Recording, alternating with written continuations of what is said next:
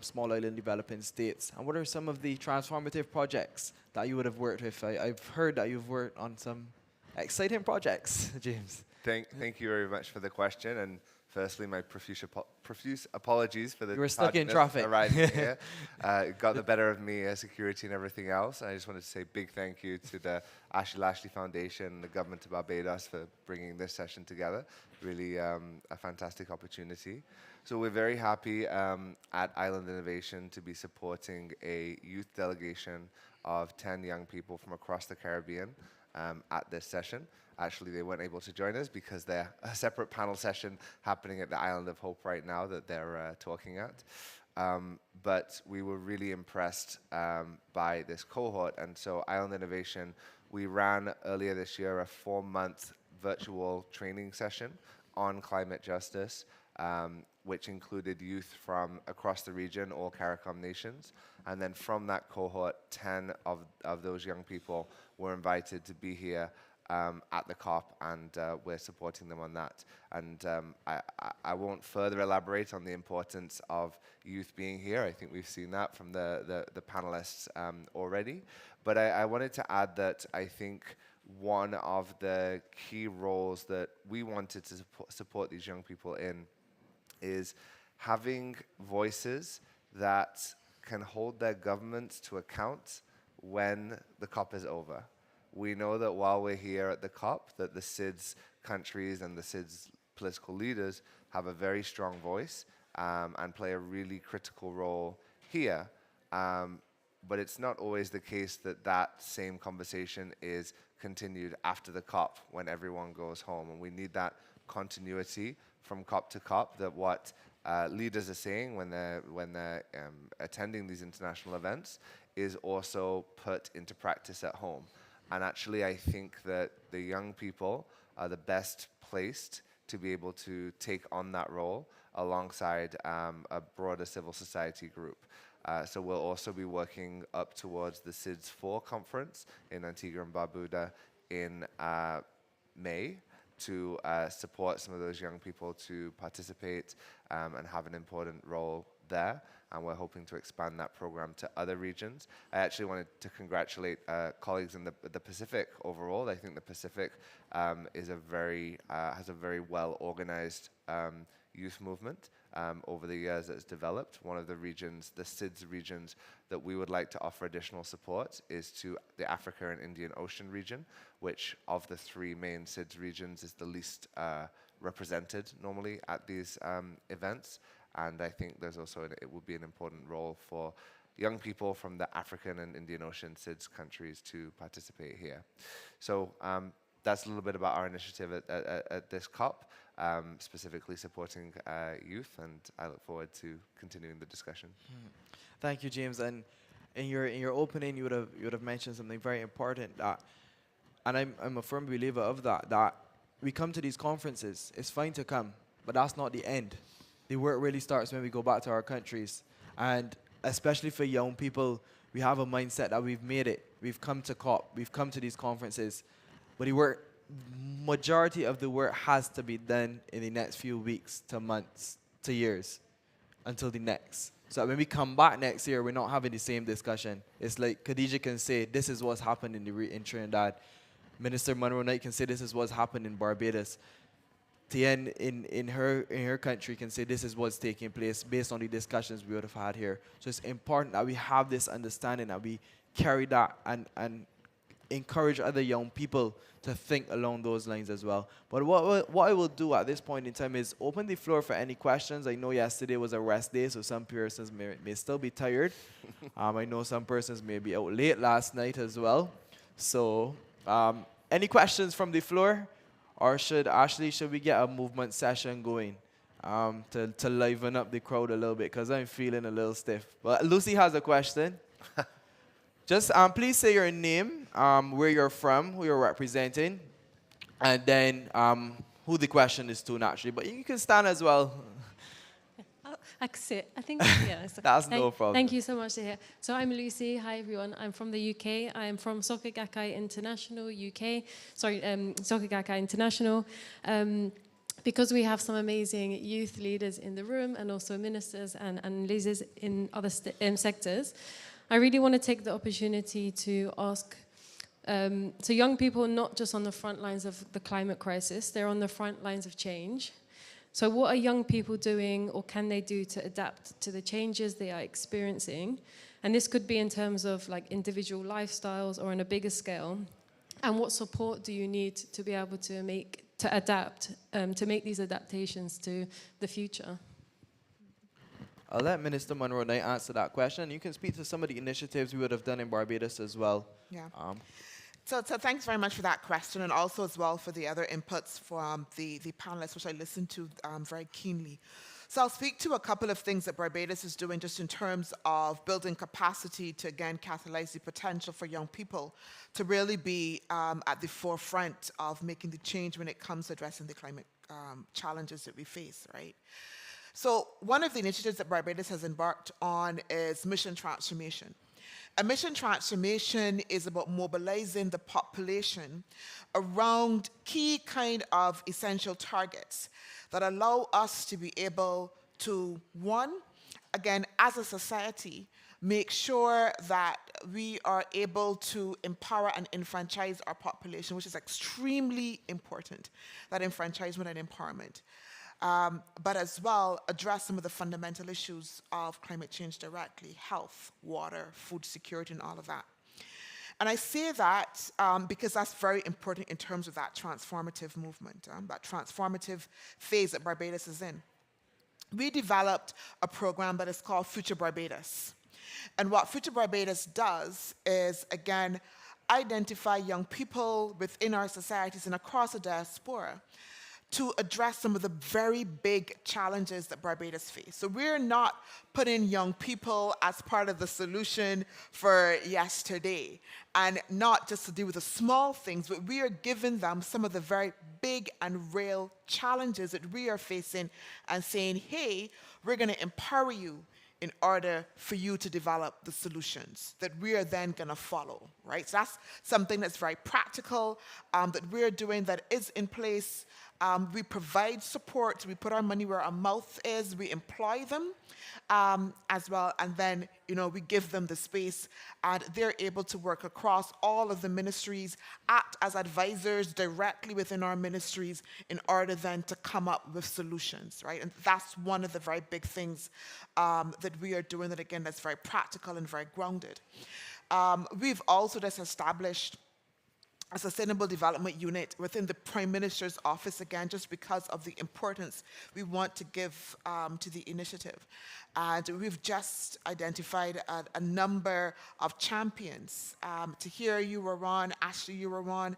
I think we have a 11 or 12-year-old young lady who's a climate champion who is one. And again, these are the voices that are going to be leading, again, the campaign for us to be able to catalyze and mobilize the society around sustainable development goals and around the issues that have to do with climate. But one of the other big things is really the kind of upskilling that is needed. And I think that is the challenge of today for young people, right? And for us as a government in terms of supporting. Very often, again, as small and developing states, because we don't always have the necessary resources, we don't always have the technology, we're not at the forefront of that technology change that's happening so quickly.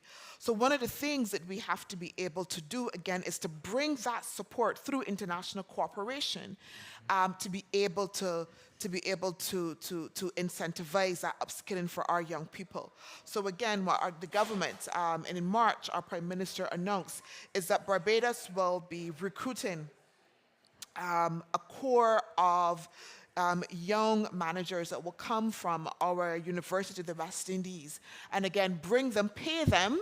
We're not asking for free, we're going to pay them, again, to come into government to be able to work with us, to work alongside our technical people, again, to be able to bring skills. But again, that challenge is, what are the new skills for that mission transformation, right? And that is where we are searching for the partnerships, for the innovation that has to be able to come so that we can create young people then, again, like I said, who can analyze and then be able to face the challenges, not for today, right? We're not talking about today's challenges. We're talking about what's the challenges for the next 10, 20 years that you want to be able to upskill our young people for.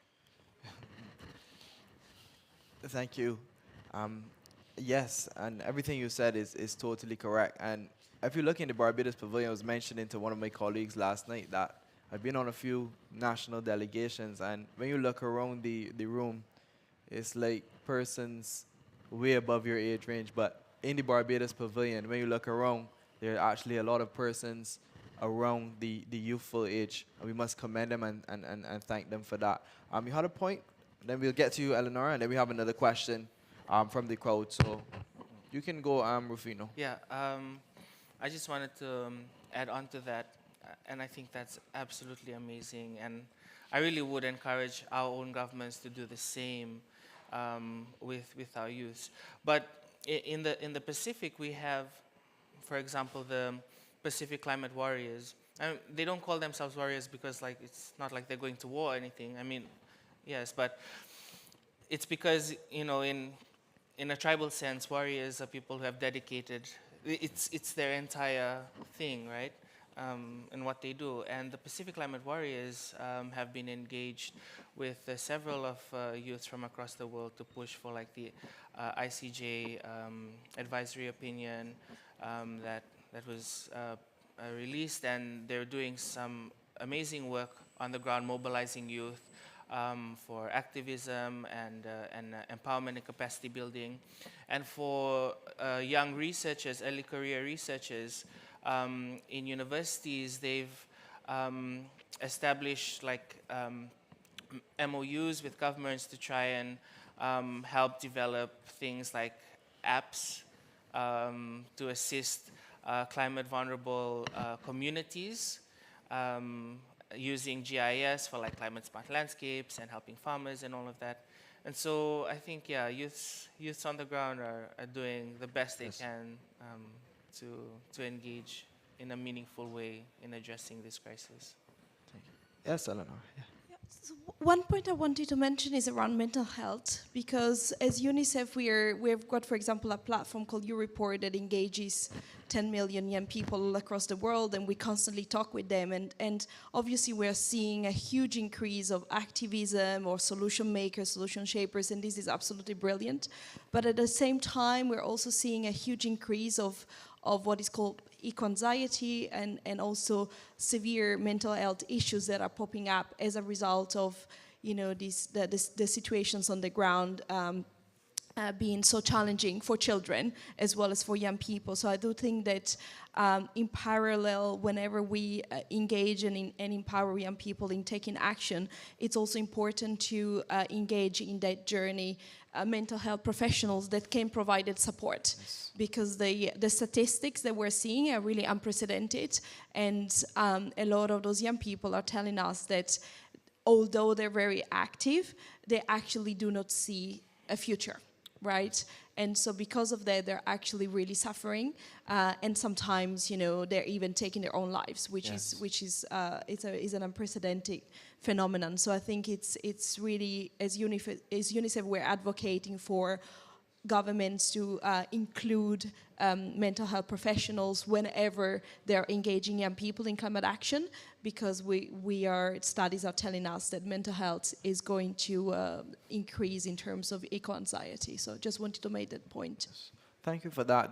That's why the CIDS conference next year is so important, because the conversations around climate crisis is often seen as a very high-level conversation. So we really need to break it down so that every person and every sector understands the role they have to play and the impacts of the climate crisis. But we'll go to Naomi now. You have a question? It's on? Yes, I do, yes. Actually, in the ending, you kind of touched on my question. Ms. Gatty had mentioned it. So I do think empowering the future, of course, is a crucial topic to talk about, especially when we're talking in these youth spaces as well. But like you had said, mental health issues relating to the climate crisis have been rising, not only eco-anxiety, but also climate apathy, feeling that climate despair and then becoming apathetic to the issue has been an unprecedented issue that has been happening across the board, not only in the Caribbean, but I can speak specifically to the Caribbean because I'm from Barbados. So I was thinking more on the local level in the grassroots movements. How can we, and this would be to the entire panel, what are the best ways that we can actually reduce that apathetic feeling to climate change and that eco-anxiety that many people might be experiencing, specifically on the ground level? And what ways have you guys tapped into that? Khadija? Yeah, before you even touched on climate anxiety and everything, I was sitting down here and that was one of the first things running through my mind because I have had so many different conversations with people who just keep bringing that up. And like even for myself and several others, I was recently on a panel with somebody from the Philippines and she was talking about having a go bag and like being ready to literally pick up this bag and run and go whenever anything happens. And I'm just like, I can't even begin to imagine living that kind of life. Just in the middle of the night, 2 o'clock in the morning and hearing rain and then waking up and your heart beating and you just pick up this bag and run because you're so scared for your life. Like, to me, that is beyond, it is wild. And I really would not like to see, future generations have to deal with that or even generations now, right? But in dealing with eco-anxiety, I feel like it's something that is probably not going to disappear. And the sooner we start accepting, okay, this is a reality and we really need to give the help, the professional help that is needed when one, developing these solutions and when deciding to work towards it, that this is something that we also need to touch on. Because it's like how you say, when therapy became popular and all these different things, there was so much people that was shying away from it, and now it's just like, no, everybody needs therapy, everybody needs to go and have these conversations, and I feel like the same thing needs to happen with climate activists, especially the youth, and helping them reconnect with nature in a way where it is fun, it is respectful, and they want to keep it, and they understand its importance, and understand why it is they're in the fight, why it is they're doing it, and why they can have hope. Even if it is like the overall system is not shifting as fast as we need it to shift, because we definitely need things to change probably 20, 25 years ago, and it's still moving relatively slow, but it is moving, and as long as we keep pushing, then we will most likely, because I'm hopeful that we will most likely see a shift, and that we keep encouraging and enforcing and letting them know that, despite all the doom and gloom, there is a light at the end of the tunnel, and all that we really can do is keep working towards that light. Yes, there is a light at the end of the tunnel. James, to go? Okay, no, thanks for sharing that, Khadija. And I wanted to say, so on the delegation that we brought this week, we have young people from both St. Martin and Dominica, both of whom have lived in their own lifetimes through severe climate disasters. And so I think what really hit me talking to them, I'm very thankful that I've never had to live through something like that, but the PTSD of experiencing something like that, and as you said, when it starts to rain, when it starts to wind, it starts to be more windy, hearing that. But I think also seeing them tell their story and sometimes being met with apathy of people not being really able to appreciate what they have been through. And I think one particular example, so St. Martin, as a Dutch territory, they do not have a seat at the table in these conversations. They are represented by the Netherlands, as are other territories in the Caribbean represented by the UK or the US or the Netherlands. And St. Martin, having been the part of the Kingdom of the Netherlands that has suffered the biggest climate disaster in the history of that country, but yet the only person from St. Martin who is here at COP came from our youth delegation. Whoa. The only person from the whole, from that country. And was also, to be honest, although the Netherlands did grant them a badge, there was a complete lack of understanding of when the Netherlands put forward young people to speak about climate change.